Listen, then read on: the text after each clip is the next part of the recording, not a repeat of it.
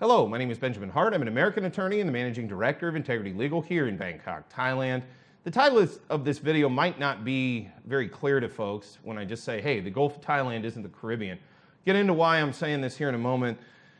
I thought of making this video after reading a recent article from the Pattaya Mail, that's pattayamail.com. Article is titled, Both the Cambodian and the Thai 10-year golden visas have fallen flat. Quoting directly, Golden Investments, which specializes in residency and citizenship by investments, said, quote, the most successful schemes, for example, in some Caribbean countries offer clear advantages, notably a second passport, in return for a cash sum, unquote. But neither the Thai nor the Cambodian 10-year visas attract specific markets, and both are blurry around the edges, unquote. The spokesman suggested that Thailand should expand the right to a digital work permit for self-employment without having Thai partners, whilst Cambodia should clarify its half promise of a second passport and increase the options for investment. Well, as a Thai, you know what? This golden investments person can, great. That's interesting insight. I'm not going to say anything negative, but long story short, why should Thailand have to expand digital work permits at the end of the day?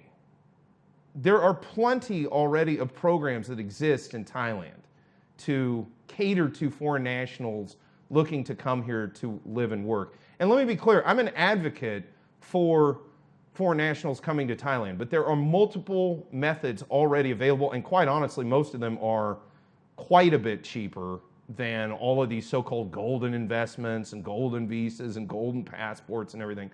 Meanwhile, the other thing that just, honestly, Southeast Asia isn't the Caribbean. The Gulf of Thailand is not the Caribbean. I'm not saying there's anything wrong with the Caribbean. But for example, in the case of Thailand specifically, Thailand has a vibrant economy. It has a robust industrial economy. It has a growing tech sector, which based on foreign direct investment is going to grow more, which by the way, those investors are going to have visas of one form or another that are going to be very conducive to them working and living in Thailand.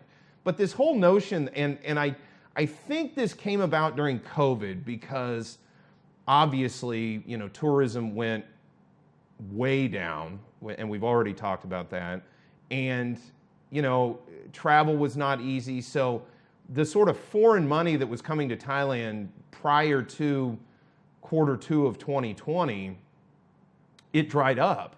And I think to their credit, many officials in Thailand started looking for options to woo and attract foreign investors, high net worth individuals, foreign retirees. That was a good idea, and I applaud them for doing that.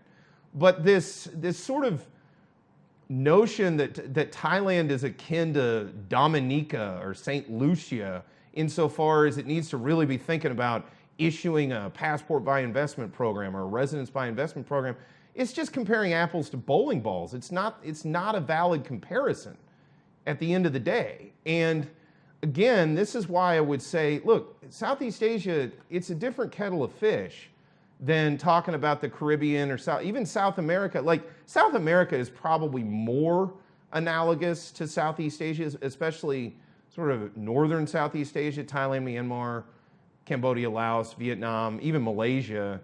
And then, yeah, it's a little different when you get out to Indonesia and the Philippines. Those jurisdictions have their own concerns and they do things their own way, but sort of land-based Southeast Asia, if you will, does things a different way, a little bit. I mean, it's shades of gray. Long story short, I'm just not understanding the analogy between the Caribbean and the Gulf of Thailand. It's not a valid analogy. And at the end of the day, while I do think it's a good idea to have multiple programs out there for foreign nationals, I don't think Thailand should feel compelled at this point to act in some like it's like customer service or something that we need to just be accommodating every little whim of anybody that wants to come work in this region. Again, I'm an advocate for people that want to come work in this region. There are ways to do it, and quite honestly, they're very reasonably priced and they're very effective. But this notion that Thailand needs to sort of bend over backwards to this end, I just don't see that it's valid.